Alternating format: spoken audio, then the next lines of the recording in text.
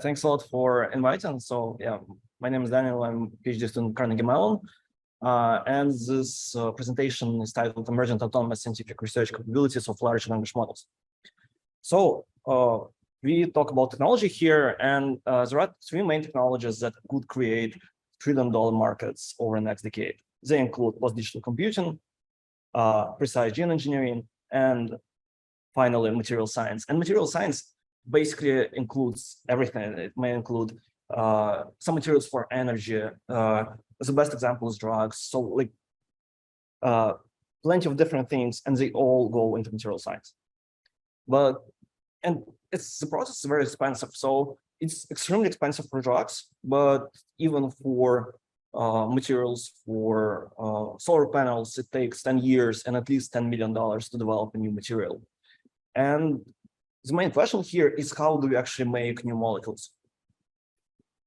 So the approach that we use for thousands of years, that we come up with some idea on what we want to do, we design things, then we go to the lab, we create this thing. So if you want to do anti-cancer drug, you come up with the idea of a molecule that could treat cancer, then you go to the lab, you synthesize the molecule, then you actually test it. So you may do some in vitro trials and then try on animals and humans.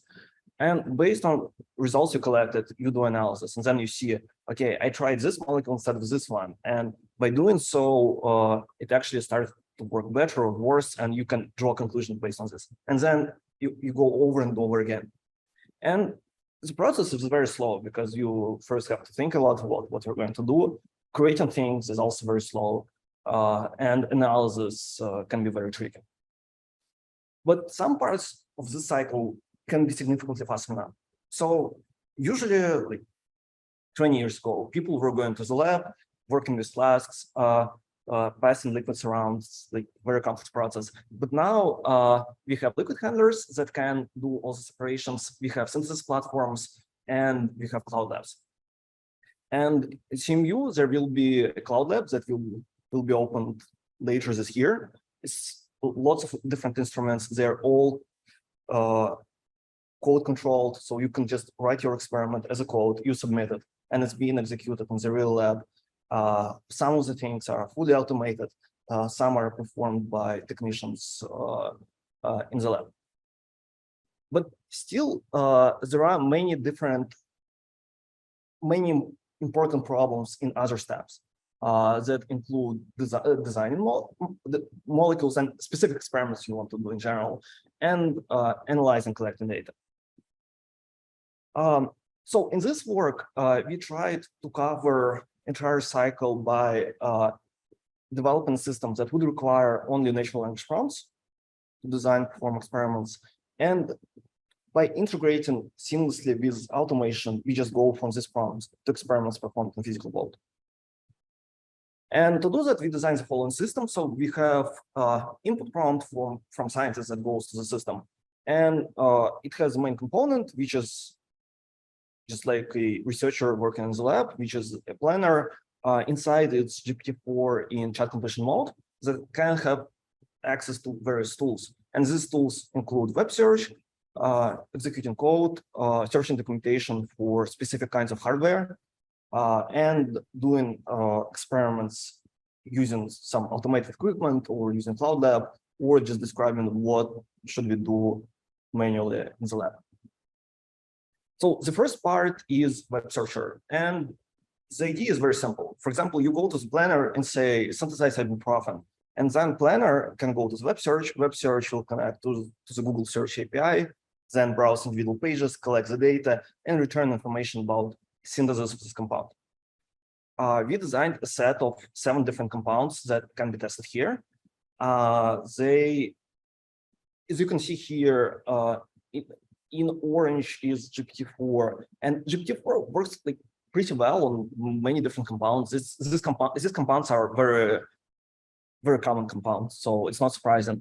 But once we go to a bit more complex case, such as ibuprofen or nitroaniline, it starts to fail. Instead, when we take GPT-4 with search capabilities, it works significantly better and reaches the minimum required performance for such system. Interestingly, such models as like Falcon 40B instruct, at the time of the experiment, Falcon was the best open source LLM. It just doesn't work on chemical problems. And here, two examples of synthesis. One by GPT 3.5, it's wrong, but it kind of makes sense chemically. This one is fully correct. And for ibuprofen, synthesis generated by GPT-4 just doesn't make any sense. But when you have search, it starts to hallucinate some non-existent chemistry here. The next big part is doc searcher. So we use lots of equipment where the documentation is not readily available online, or it's just too complex, so just hard to find. And we designed two separate systems. The first one is for ECL. ECL is Emerald Cloud Lab. It's a company that offers cloud lab services to different organizations. And the idea first that we take function guide, we select functions we want to work with, just based on vector search. Then we select outputs, combine them, and return them back to the planner. In case of OpenTrons, it's an open source liquid handler that you can write code in Python and it will be moving chemicals around. We just made a vector database and just store documentation in there and just query different parts of the database. Interestingly, GPT-4 actually is doing pretty well with OpenTrons without documentation, but OpenTrons released a year ago many different new modules for their platform, and the GPT-4 doesn't know about them, so that's why we need documentation search for it. And for example, here you see query for HPLC experiment is one of the most commonly used experiments in analytical chemistry, extremely important for pharmaceutical production. And you just say that run a HPLC experiment to analyze the sample, specifies the instrument, and then it makes corresponding search and returns correct command. And you can do it to various different experiments and problems. Finally, we know how to do things. And from web search, we basically know what we want to do. So now we can perform experiments in physical world. And most of the examples we provide here are based on open source liquid handling systems. For example, if we have a planner and we just ask to write a code that draws a red cross on 96 well plate using food coloring from another well, it perfectly does it. And this is how the plate looks like after it's done on the real robot. You can compare many different things. You can ask coloring every other row. You can draw a 3x3 rectangle. You can draw blue diagonal. So you can control operations at very low level using just natural language prompts. And this is what's enough for doing chemical experiments. We also looked how we can combine multiple hardware modules together. So for example, here you see the following experiment. We have 3 samples in unknown positions of different colors. And then we say, okay, identify different samples. So what it does first, it writes code for preparing the sample. And this code is for liquid handler. Then this sample is being transferred to another plate that can be used with plate reader. Then it uses this plate to go to the plate reader. Then we just moved the plate manually, collected all the data, saves this data in NumPy format, and return it back here. So this kind of automated response. And then it writes code to analyze this data. And this here it just selects wavelengths with maximum absorbance. So it just does that, gets these numbers, and based on these numbers, it correctly assigns samples to different wells. So yeah, now we can control instruments, and we know what we want to do. From Google search, we know how to use these instruments. We can execute code. So finally, we actually can design complex chemical experiment. And we use the following example, perform Suzuki and Sengashi reactions. Suzuki and Sengashi reactions, both of them are extremely important reactions in organic chemistry. I think it was like 2010 when a group of researchers got Nobel Prize for this group of this set of reactions. And in setup description, we provide lots of information about liquid handler, saying that like in this position you have this plate, here you have this pipette, these tips, and here like you can see how samples are located. And inside every plate, we also show what reagents we have. So in the source plate, we have like these reagents A1 and A2. If you want to run these reactions yourself, for Suzuki, you must select A2, any of B1, B4, any of C1, C2, any of D1, D4. And for Sangashira, A1 and basically any of these, but from each row, you should select one reagent. Otherwise, the reaction will not work. And we just like provide the description for the model and just ask to perform reactions. And now you provide all this prompt. The first thing it does is Google search for the reaction, browses individual pages. We use Selenium so we can bypass restrictions by the publishers. Now it generates output from the searcher.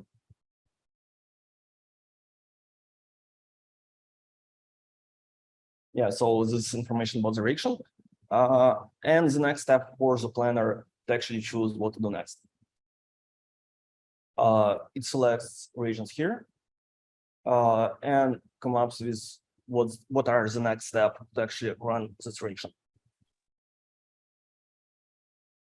Yeah, Daniel, just to give some of us who are not quite caught up, are you trying to conduct a, I don't know what the Suzuki and Sonogashira reaction is. Are you trying to figure out how to develop drug based on inputting different side chains? Is that what you're doing here? Because I'm a little bit confused. And if you want to develop a new drug, developing a new drug, it includes many different steps. And one of the steps would be synthesis. So you come up with molecules that you want to synthesize.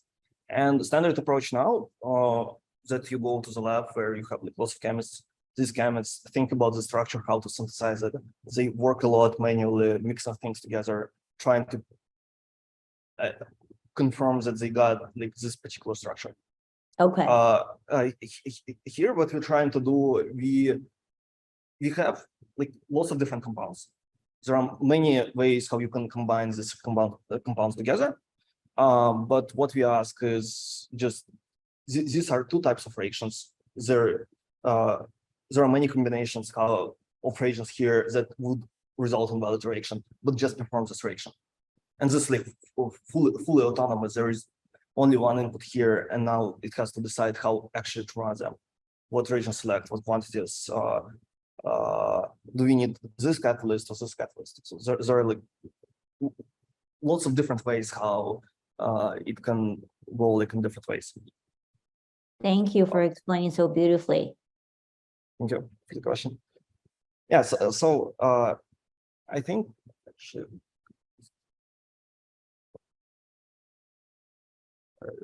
it actually doesn't matter. So if you look at the screen, there was like some execution of the code. It tried to do stoichiometry and the final step is writing code for the real instrument. And because there are many possibilities of what reagents you select to run these reactions, you actually can like see how across different runs it may select different reagents. And the first reagent is very important because if you want to do Sonogashira, you must select this one. If you want to do Suzuki, you must select this one. There is no flexibility in the first row. You should do correct selection all the time, and it does correct selection here. For B, it's like a little bit more different than, but mostly selects only one reagent. There is also some kind of confusion metrics to see how different catalysts and different bases can be selected for this reaction. So, sorry, Danielle, just to back up. So you're saying you're teaching the machine, right? With Suzuki, the machine must choose autonomic or autonomous selections on that group 100%, where Sonogashira is, so you're setting the algorithm, is that correct? The machine learning algorithm for Suzuki is or I don't know, is that a benzene ring, or I can't remember the chemical. Boric acid here, and for Suzuki, and phenylacetylene for Sonogashira. Yeah, but the idea is not, like, when we're doing this, we are not training anything. So all this self-selection are made by GPT-4 that just connected to a set of tools. What we do, we provide this set of tools so it can operate over these tools. So, and it makes correct selections, which, like, the most surprising part of the entire thing, because chemistry is hard, and especially this kind of chemistry. Thank you. Yeah. So. And we can analyze, and this thing actually can become another tool for researchers, because you may want to do some kind of experiment. You see how actually the model, based on the data collected online, based on some reason, it provides what choices it made, and then you can analyze what you got. It also provides explanations, so we can see how these explanations differ from time to time. For example, for selectivity in Suzuki, selecting B2 instead of B1 actually makes chemical sense. So it's a good point. When we actually can analyze also, like, websites and visits, so it likes Wikipedia a lot, but both these websites contain lots of helpful information. These are websites for, I think, like, this set of websites, these are all scientific publications by different publishers. And yeah, it wrote the code, executed the experiment. You see on the right how it's being mixed on heater shaker models that just hit the reaction. We analyzed what it got in these reactions. And you see here, this signal here, it corresponds to correct product of Suzuki reaction, and this one corresponds to the correct product of Sonogashira reaction. So these reactions were performed successfully. So yeah, we can go from just English prompt to chemical synthesis. We can do the same thing in Emerald Cloud Lab. So we just write the code, write the prompt, and it writes correct code that being executed in real life doing experiments in chemical lab. So again, we went from English prompt to scientific experiment. But science is not only about running reactions. So again, in the drug example, first, if you know what drug you want to make, you can do the experiment, and you'll get some compound, you'll test it, and it may work. But how you can reuse the knowledge you collected already to this point? Because it's not searchable online. You should change your strategy based on already collected knowledge. And we developed a way to test ability of these models to do it. So this reaction, chemicals doesn't matter, but it has a set of 3 different substances you need to put into this compound mixture. We'll call them L, B, and S. So 3 different substances, and each of them can be selected across 5, 6 different compounds. And we compare them using normalized advantage value. Normalized advantage value is the yield of reaction at current step minus average yield divided by difference between maximum yield and average yield. It may look complex, but the idea is that it's 0 when the behavior is totally random. It's 1 when it gets like the best possible result, and it's below 0 when it works worse than random. And actually, let's just show all of them. So on the bottom row, you see normalized advantage values. For GPT 3.5, you see there's just like lower line density. And this just happens because it doesn't follow specified instructions well enough. But for GPT-4, you see that it works pretty well. What we want to see here is that normalized advantage is greater than 0, which means that it makes at each step decisions better than random. And we also want to see that like this ideally normalized advantage will increase. which will mean that once you have more data, so you had like 10 steps of optimization, and the current 10 steps, you have information about 10 yields. If you make new attempt, your new attempt should be better on average than what you had before. And you actually can see here that normalized advantage values, they increase. We also define normalized maximum advantage, which is just maximum advantage till current point. If we take just GPT-4 and we include prior information, so we add 10 data points saying these are like different regions, not like the ones tested like in this case, but different regions. These are the yields for these sets of these regions.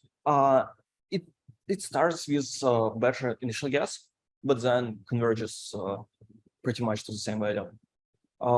And it gets to around 0.82. This is very good number. So it's 0.82 of difference between maximum and average yield.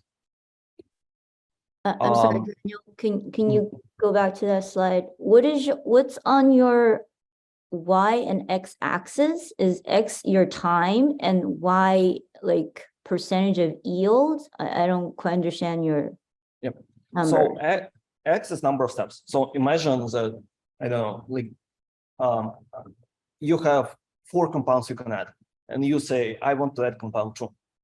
And I'm saying back that, okay, yield was 60%. And then you're saying, okay, I will add compound 1. And I'm saying that yield was actually 90%. And then you're saying that you will add another compound and yield will change. So this is like step-by-step optimization.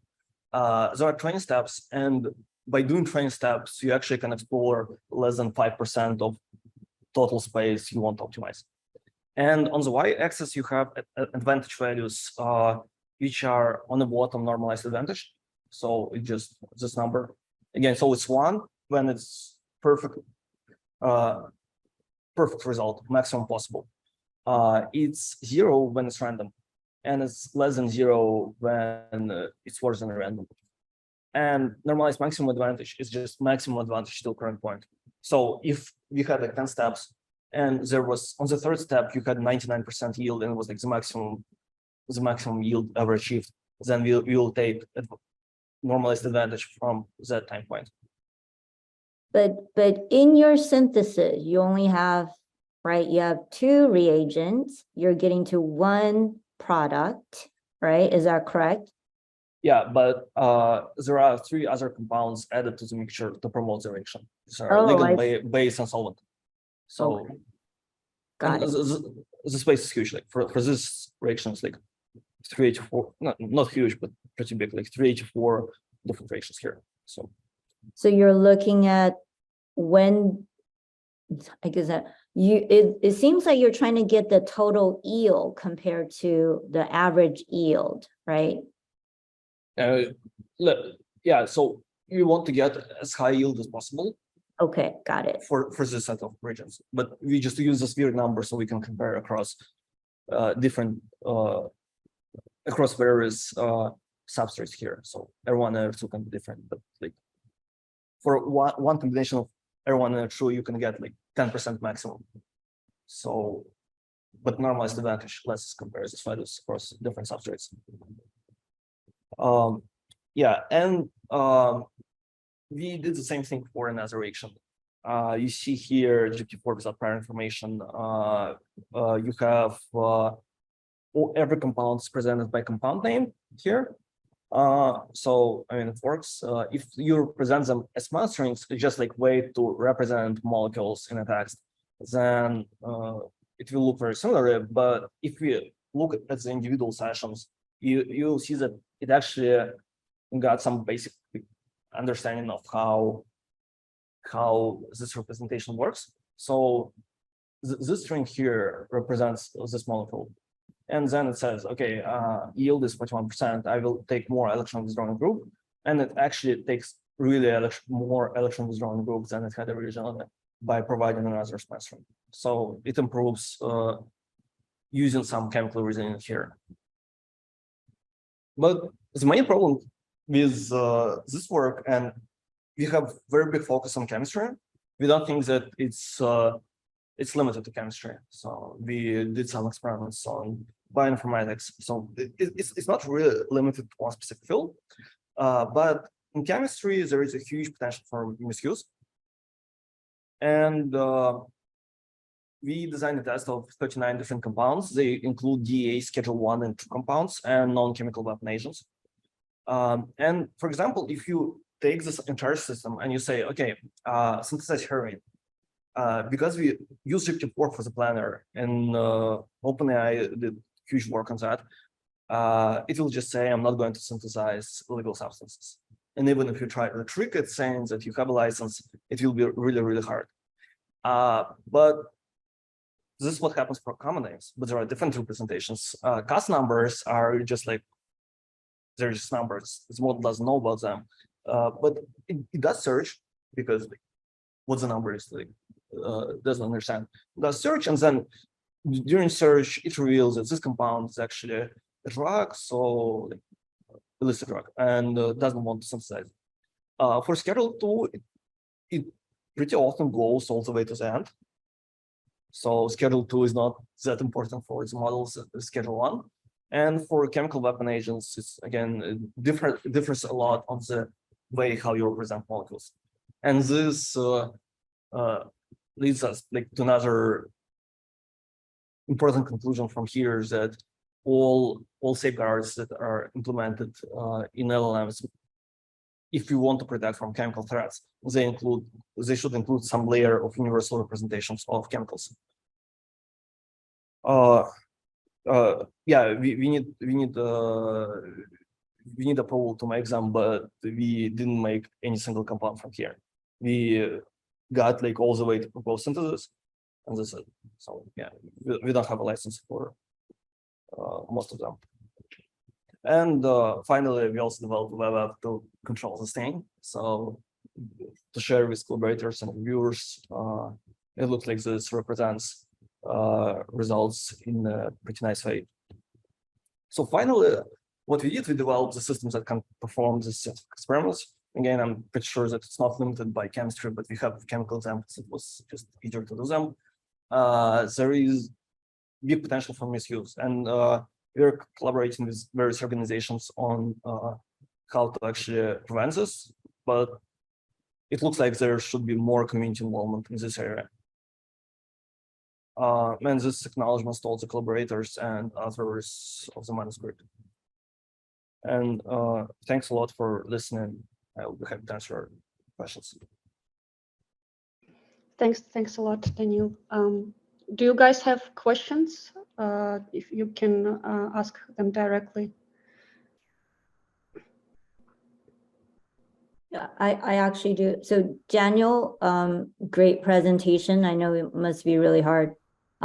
What exactly is your PhD thesis on? Are you trying to use machine learning to develop like scheduled drugs, or I guess I'm still not quite clear what exactly are you doing with because drug development is huge, right? Are you interested in immunology? Are you interested in cancer research? You know, maybe narrow it down a little bit for us. Yeah, so I don't know what the thesis is about because we have like plenty of different projects. So this is one of the projects I'm working on, and the idea here is just to test how, to what level we can automate science now. So right, what and parts of science can be automated. And I do see you're focusing on your previous, if you could go back to when you're looking at all the different pain drugs. Oh. I think you were looking at ibuprofen, you were looking at acetaminophen.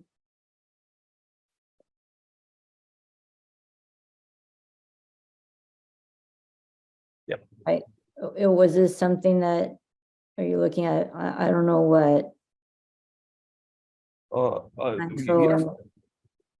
We are focused on technology and chemistry mostly, not like on drug development. So here we ask to synthesize these compounds, but they are just like pretty well-known drugs. So that's why we are asking for them. If you think about organic molecules that are pretty well-known, this will be in this list. But yeah, I have like for PhD other projects, but they're all focused on machine learning for chemistry and chemical science. Right. And why did you say that Falcon is one of the best for chemical synthesis? Oh, I must have said wrong. Sorry. Yeah, it's the worst across all of them. Oh, it's the worst. I'm sorry. Maybe I misheard. So which one was the best? For our requirements, our version, like our tool with GPT-4 having access to internet, we do it like a little bit differently than it's done in LangChain, which is like happened. We were doing it at the same time. We did it in a little different way, but pretty much the same thing. It works the best for our requirements. So GPT-4. GPT-4 with access to internet. So once it can write commands for getting data from internet, it's the best one. It's I should actually like explain the scale. So 5 is very detailed synthesis. So it provides step by step how they mix things with quantities. 4, it's some explanation of all the steps, but without quantities. 3 is explanation of what to do, but not very precise. 2, very vague description or some minor chemical mistake, and 1 is just absolutely wrong. So we needed at least 3 for this thing to work. And just GPT-4 without any online sources cannot provide this level for us. And ibuprofen is the best example for it. So.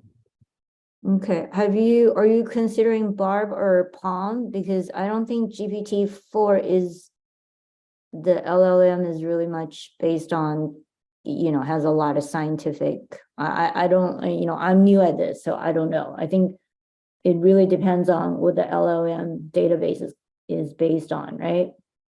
Yeah, but once you have search and your model is capable of following instructions, and it really doesn't matter. But yeah, more natural science oriented models probably would be better. And I agree that we should have more models as a benchmark. It's just like we have to evaluate them manually, and there are many runs. We would like to add more models, but we have to for every single run and to label it ourselves. And Daniil, I'm actually wondering, you mentioned in the beginning of presentation about the hallucinations of LLMs. And are there like any methods how to sort of overcome those hallucinations in your kind of research work, or minimize the consequences of those hallucinations? Yeah, it's a good question. That's exactly the reason why we use web search.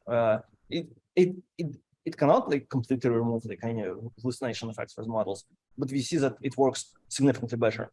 So this ibuprofen example, it just so wrong. So it just like there is no way how this can be right, and this is a very clear example of hallucination, and access to internet solves this problem. But does it mean that we always have to have like human in the loop, right, to verify the outputs? So basically, we can't claim that it's like fully autonomous. It's somewhat autonomous, but we need at least at this point we need to have human in the loop, right? I would say once it has access to internet, it's very reliable. Actually, it's just there is very good about here how it works. So we had the prompt, and the planner wrote Google command. It went to the searcher, and searcher get to Google Search API, get all these pages, and then it started to browse them page by page based on the titles and the snippets from Google Search, and then it collected all the data and it returned back to the planner. So this interaction removes many problems, especially if you in the prompt say everywhere that like don't rely on your knowledge, check everything online. Mm-hmm. And when it does that, it gets pretty reliable. So understood. And you mentioned that you also tried on like other domains? Basically, like today we more like sort of learned about like biochemistry applications, right? Like how it could generalize to other, you know, scientific domains, just to understand the potential of this approach. I would say pretty much anything if you have correct tools. So we have this tool for automation that works with cloud labs, with liquid handlers. But if it's another field of study, you can use the same approach here. The idea is that when we use GPT-4, we don't really use it for GPT-4 knowledge. We just use it for its ability to write commands and invoke tools in the correct order. And I think like newer versions of GPT-4 with function calling, they would do this even better than it was in our case. Because in our case, we had to parse output, see if the command was invoked, take all like the input for the command, then pass a separate module. But it should be extendable to anything, and it really works autonomously pretty well. And what do you think, like basically, how can this research evolve further? Basically, do you have like ideas how, like what other next experiments or like next projects you can tackle using this initial work? Basically wondering like how it can evolve further. Yeah, I think still the main problem and is actually related to the question you asked about hallucinations. Developing models with specific knowledge related to specific domains of natural science would be very important. So, for example, there are many papers. The best example is Galactica, that like was particularly focused on science, and then there was like lots of problems once it got published, and they had to remove the demo because it wasn't reliable all the time. And in relation to chemistry, I still think that they're not doing it in the best way possible. So if you look at their papers, they collect like multiple sources, and for scientific papers, they basically extracted text of these papers. But chemistry actually all about images. Text usually says compound 3B on figure 2, and it doesn't name this compound in the text. So you cannot learn chemistry just by reading text of the papers. You need images, and we are working a lot on collaborating on that. So and on getting this kind of data, so we can train models on that. So basically, there will be basically evolving new models, like more like specialized models, and maybe that they're like image models, not language models. So it's like combination of both. Yeah, and actually even more. So if you go to multimodality, you don't really have to use images in chemistry. You just have to use chemical structures shown on these images. So if you have many papers where all images are manually annotated with chemical structures, you can just take representations for chemical structures instead of images themselves. Okay, so basically I'm wondering, like, considering what you said, how do you see basically there will be like emergence of this new specialized models, but also will be use of GPT-4 and like the combination of these two models? Or I'm just wondering how do you see like how basically I'm asking GPT-4, what is the place of GPT-4 in this kind of research? Yeah, I would say the main problem with open source models now is that they don't really follow instructions. So Planner, if you said synthesize this compound, Planner would first have to write Google and its query to get information from like online sources. Then it would have to write Python and write the code. And GPT-4 does it perfectly. Like if you just say that like these are commands, use them, do what you're expected using these commands, it's fine. Falcon doesn't do that. At the same time, Falcon one of the best open source LLMs we have. So it looks like if you want to remove GPT-4 from this thing completely. We need open source models that can actually follow instructions. They don't have to know chemistry. It's like it's for web searcher. Web searcher will deal with it. But we need models that can follow instructions, like on tool calling, things like this. And GPT-4 is basically the best performing model for this. Yeah. Was today. Okay, understood.